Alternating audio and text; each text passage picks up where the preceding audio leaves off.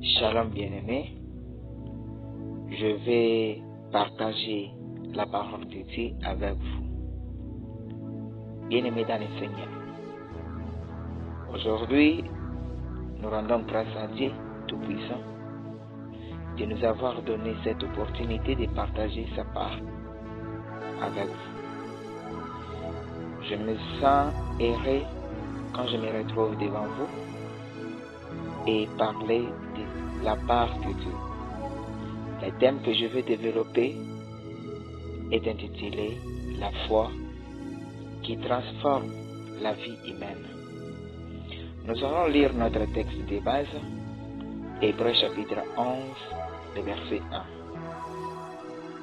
1. La Bible dit « Or, la foi est une ferme assurance des choses qu'on espère, une démonstration de celles qu'on ne voit pas. »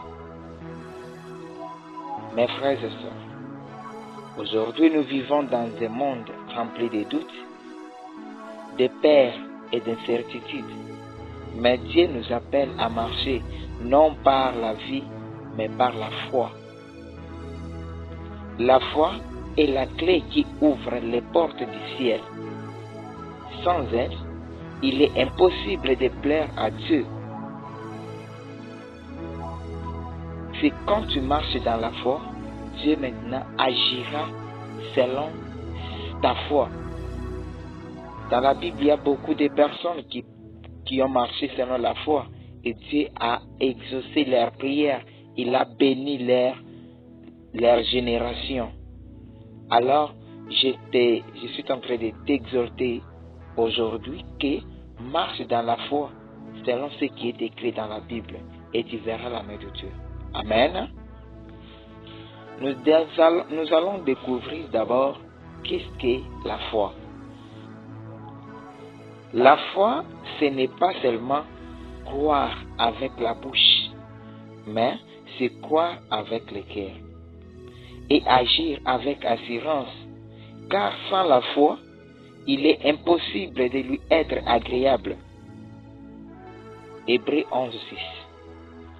La foi, c'est croire même quand tu ne vois rien. C'est espérer même quand tout est perdu.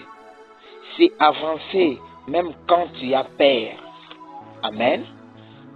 Alors, mes frères et sœurs, à propos de la foi, beaucoup de gens ont marché dans la Bible avec la foi et ils ont vu les miracles de Dieu.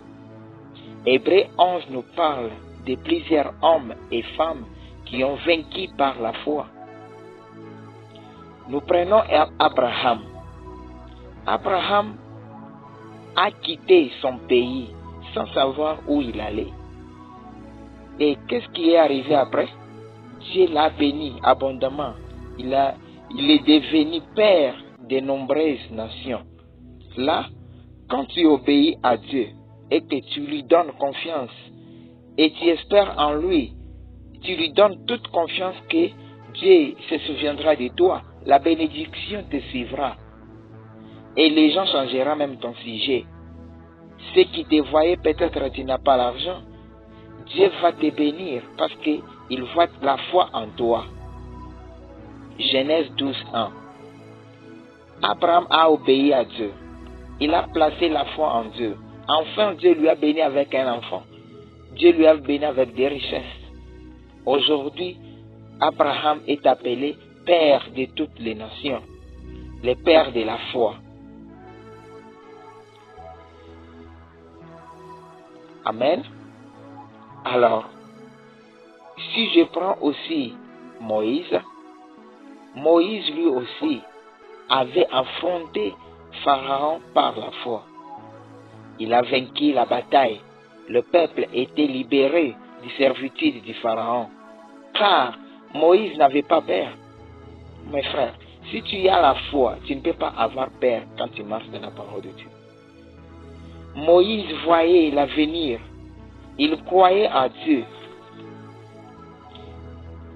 Il disait que Dieu est toujours vivant. Malgré Pharaon était en train de résister devant lui. Mais lui ne voyait pas la puissance de Pharaon. Il voyait que Dieu lui-même. Alors, il plaçait la foi. Donc, si tu as la foi, tu es capable de libérer ta famille dans les servitudes, comme Moïse l'avait fait. Amen. Amen. Alors, si je prends aussi David, David a vaincu Goliath par la foi. Vous connaissez bien l'histoire de David. Il a avancé vers Goliath. Son regard était fixé à l'Éternel. Et il n'avait pas retourné. Au retour, Dieu a livré Goliath dans la main de David. Donc, si tu marches avec assurance que Dieu existe, il fera la pauvreté, la maladie, la mort, la tristesse, te laissera tranquille. Et tu verras que la main de Dieu Tout-Puissant sera sur ta vie, sur ta famille, dans toutes tes activités. 1 Samuel 17. Les gens que je viens de citer ont fait confiance à Dieu. Malgré les difficultés, les obstacles, n'importe quoi, mais ils n'ont pas abandonné la foi et l'espérance à Dieu. Dieu lui aussi, il ne les a pas laissés. Il a marché avec eux jusqu'à ce qu'ils ont eu leur récompense.